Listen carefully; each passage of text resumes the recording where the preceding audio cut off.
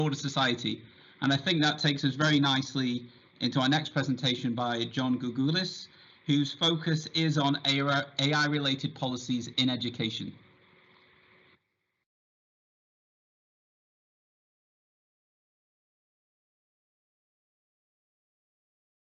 Thank you. Can you hear me okay? All right. Great. Thank you for the invitation, and it's great being with you. I'm just going to share my screen in a sec.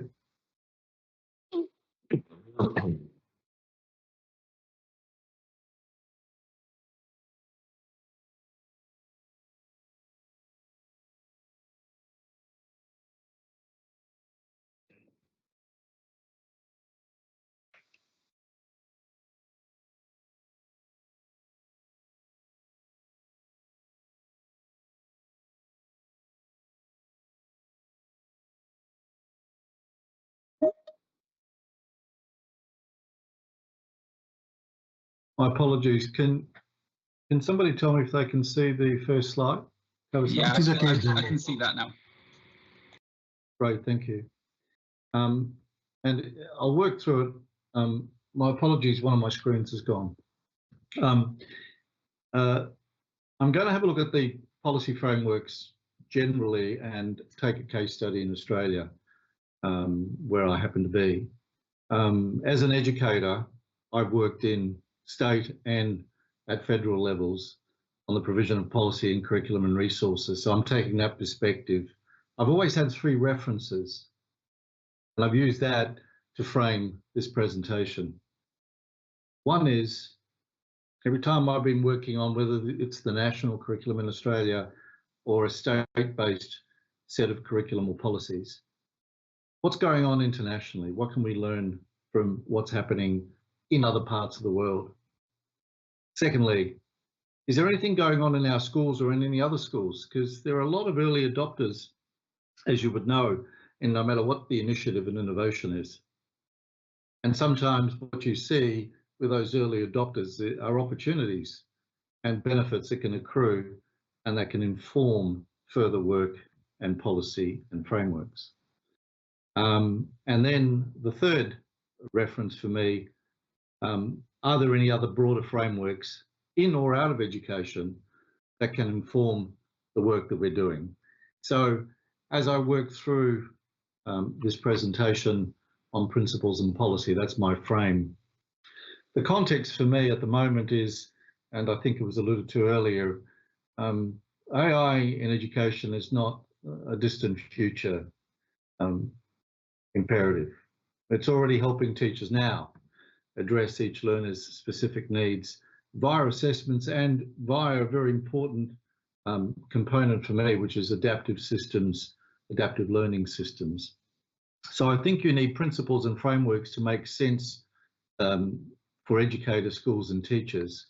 I mean, in fairness, in response to educators and policymakers, as is always the case with a lot of this work, you've got a lot of commercial products and others out there who try and address the needs for teachers and students. And this has happened for adaptive and personalised learning as well.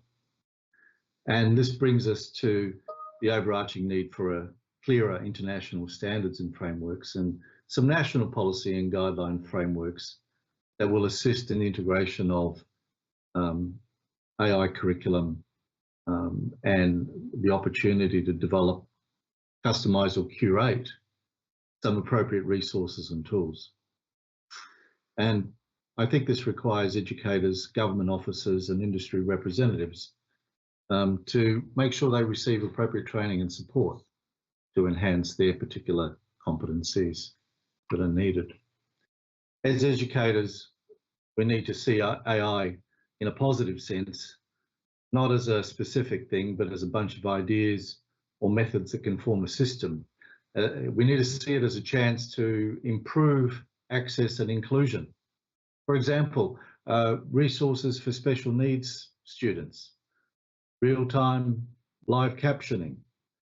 We need to provide ethical use of AI and data to support teachers and learners in the process of teaching, learning and assessment.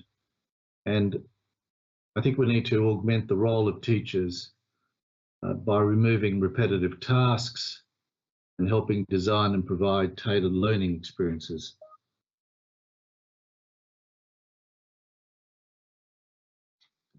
So, in response, and as already mentioned, and this is a quote which I found useful, we do need some sound, universally accepted principles and frameworks for education that can be a reference point for national system policy makers and developers, and also curriculum designers and developers. And policy principles and frameworks that are cognizant of teaching and learning processes, learner needs, teacher needs, curriculum needs, and also resource needs. And this hopefully can take place within broader national and state frameworks. And this is an example that, again, I have found a useful reference for a framework, an ethical framework for AI in education, which is not anything new or controversial, because it seems to be replicated in various iterations around different countries that I've seen. But these frameworks that make it very clear they don't discriminate against any group of learners, but are able to assess, and AI able to assess and recognise a broader range of learners' talents, where they encourage what is legitimate use of data for achieving, desirable educational goals and without compromising privacy, where the human, the teacher, is privileged, is ultimately responsible for educational outcomes, and also for understanding, for teachers and educators, understanding how best to design and curate appropriate resources for optimum impact, as well as insisting that learners and educators develop a reasonable understanding of AI, its applications and its implications. And I'm going to talk a little bit about that because I'm a big fan of developing competencies around this. So building policy that is ethical, equitable, AI education policy, I think leads to focused local policy and governance that foregrounds these things: human-centered, fair, equitable, safe and transparent systems, data and decision-making. I'm not going to go through each of these, but there are key questions associated with them. In the first case, around the teacher's role being clearly defined. And the second one, systems providing appropriate interaction modes for learners with disabilities or special education needs, as an example. But for the third one, the question of a system, the accessibility by everyone in the same way without any barriers. The fourth one, how does the AI system impact social and emotional well-being of learners and teachers, and does use of the system create any harm or fear for them? And with the last one, the awareness of teachers and school leaders of AI methods and features that are utilised, the clarity around that and the transparency around that. Developing policy, keeping these things in mind. Very quickly turning to the teaching and learning emphasis in the policy formulation. So with learning in particular, I think adaptivity, often connected to personalisation, has been recognised as a key way in which technology can improve learning, and AI can improve a technology's ability to meet students where they are, to build on their strengths, and to grow their knowledge and skills. And I know there are a lot of edtech products around that undertake or service this kind of notion of personalising it, student learning, but sometimes they do so in limited ways. And I think we can do better in our approaches as we move forward. In terms of teaching, human interaction and collaboration between teachers and learners, I think, has to stay core in the education process. I've mentioned before there are a lot of routine functions performed by teachers that we know are time-consuming and which can be readily done using AI tools that will enable teachers then to engage meaningfully with their students, facilitate conversations, prompt with questioning, identify what students understand, and when they need some further scaffolding, and also engage in self-reflection on what's worked and maybe what hasn't worked and what can be done differently. With the curriculum, countries, I think, and systems, education systems and schools at a local level can renew their curriculum to embrace the benefits of AI and generative AI and teach young people about the fundamentals, what AI is, how it works, how to be responsible and ethical designers and users of AI systems, and how using generative AI systems can lead to innovation. In Australia, in the context of this policy and subsequent work on an ethical framework, the Australian Curriculum Assessment Reporting Authority, where I used to work, have outlined and actioned some specific things around curriculum and developments. For example, they've said the foundational knowledge, skills and understanding of AI should be part of the Australian curriculum around mathematics and technologies in particular, with both learning areas providing core concepts of chance data and algorithms for students to understand risks and challenges of AI. At the same time, AI cuts across all curriculum areas, or a lot of them, and provides authentic opportunities for students to apply some of that foundational knowledge and further develop and foster critical thinking, creativity, and empathy. ACARA recommends that all materials designed to guide educators about the use of AI should provide clear definitions of what we mean by AI and generative AI in this context, and makes it clear that there are a range of AI types. And for example, ChatGPT is just one of them. ACARA is also supporting stakeholders in Australia with detailed information to show why it's important to teach about AI, while recognising that teachers and students are using it in and out of the classroom, and also to include ethical or discussions about ethical considerations, limitations and benefits of AI. In terms of assessment, there's no doubt educators can leverage AI's creativity to design diverse and authentic assessments and to develop support materials like resources like exemplars and rubrics, and to improve the quality, relevance and timeliness of feedback that students get. I'm a big fan of formative assessments. I think it's important that AI models and AI-enabled systems have the potential to actually strengthen formative assessments. AI can give learners feedback on complex skills. AI-enabled learning technology can enables interaction verbally with the student about their response, say to an essay prompt, asking questions that guide the students to clarify their arguments without requiring the kids to read a screen or to type at a keyboard. And so I think there are opportunities fundamentally for changes in an evolving assessment regime in schools and in classrooms. I did mention that one of my reference points was international examples, and I want to touch on them briefly. I don't want to spend time on these because I'll get to the Australian example in a minute.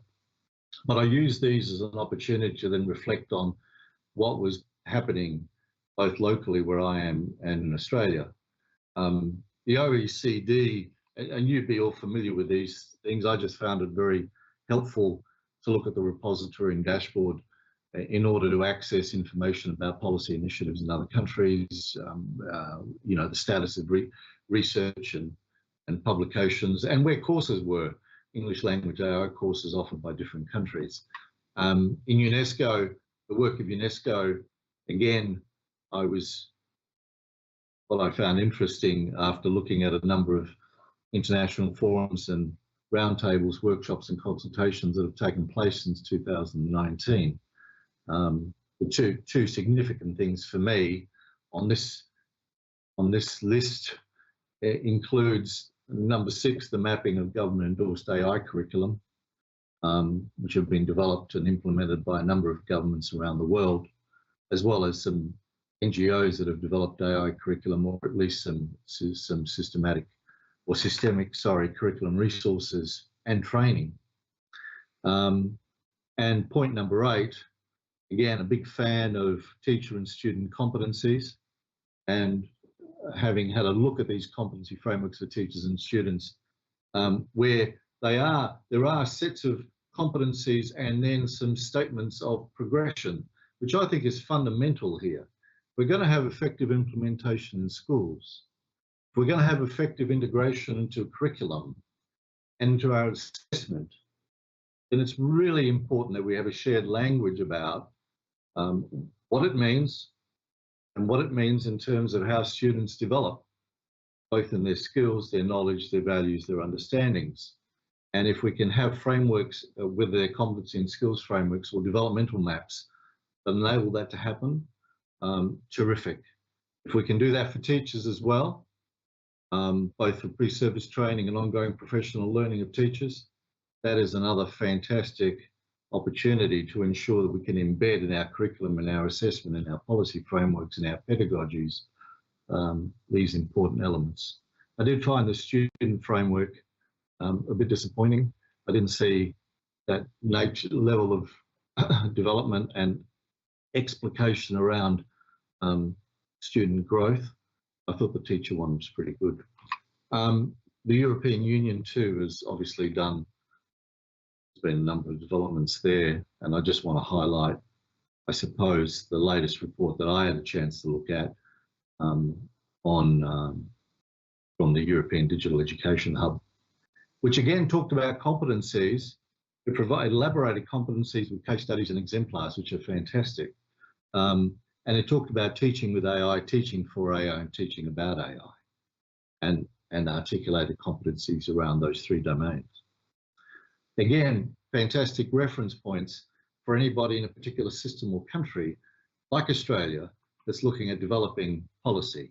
And in Australia, there is policy that we have. It's a broader government policy, not just focused on education, but requiring agencies across the country to do the following things. And also to engage their staff in training. Now, I just wanted to signal that this policy, when it comes to education, we have a kind of a national architecture or frame around education in this country, which includes an ethical framework, what is known as a national declaration, education declaration, the latest one being the Alice Springs Education Declaration. We have a set of Australian professional standards for teachers, which are part of the Institute, the National Institute. We have a national curriculum through ACARA. We have a national repository of resources through the Education Services Australia. And then we have a research organisation, the Australian Education Research Organisation. Now that architecture of statutory authorities and organisations and frameworks, along with the broad government policy, then enables further development to take place for any country. I mean, again, I'm referring to some important frameworks, policy frameworks, curriculum frameworks, and other frameworks that set the tone and provide guidance and guidelines for further work at a state level, at a systems level, at a school level as well. We also had this is just of interest. There was a group of students, young people who were interviewed and surveyed, and they had some interesting results from that survey listed here. Only because at that time, I think when this first emerged in a big way in the education system and conversations around education, there were some sectors in Australia who decided they would, well, not necessarily ban AI, but go slow and wait. And the problem or the challenge for us is, I'm not sure we can wait. And I think evidence from young people is that we need to engage sooner rather than later around AI in teaching and learning. We do have in Australia this framework I mentioned earlier for specifically for generative AI in schools. There was consultation around this. We had a national task force. There was national consultation. The framework's been developed. It's going to be reviewed every 12 months. And as part of the implementation of the framework, a considerable amount of money is going to be devoted to establish product expectations for generative AI technology, going to one of those bodies I referred to earlier, the Education Services Australia. So there are key. The third point talks about the priorities. These are the key principles which would not be unfamiliar to you. They're evident in a lot of other frameworks. They're the 6 core elements and principles of this framework. There are 25 guiding statements. It's only a 2-page document. The guiding statements talk about, schools engaging in this way, tools being used in this way, teachers and carers having access to this kind of information, school communities being informed in these ways. There's a number of guiding statements to inform all key stakeholders in education. The key opportunity obviously here, and if we look at it as a benefit, helping teachers and school communities maximise the potential of the technology, enhancing teaching while making learning, I think, more compelling and more effective. At the same time, there's a key challenge that we have.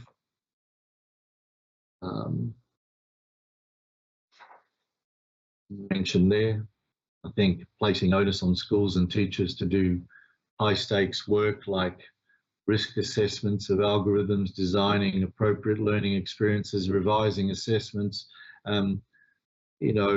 consulting with communities, learning about and applying IP rights and copyright law, and generally becoming expert in generative AI takes time, takes money, and training. In summary, the Generative AI for Education Leaders Summit 2024 concluded, as we navigate the evolving landscape of education technology, we need to embrace generative AI thoughtfully, focusing on its potential to enhance human capabilities and to prepare students for the challenges and opportunities for the future workforce, which is a very positive way to both end this and also to move forward in Australia. Thank you. Thank you so much, John.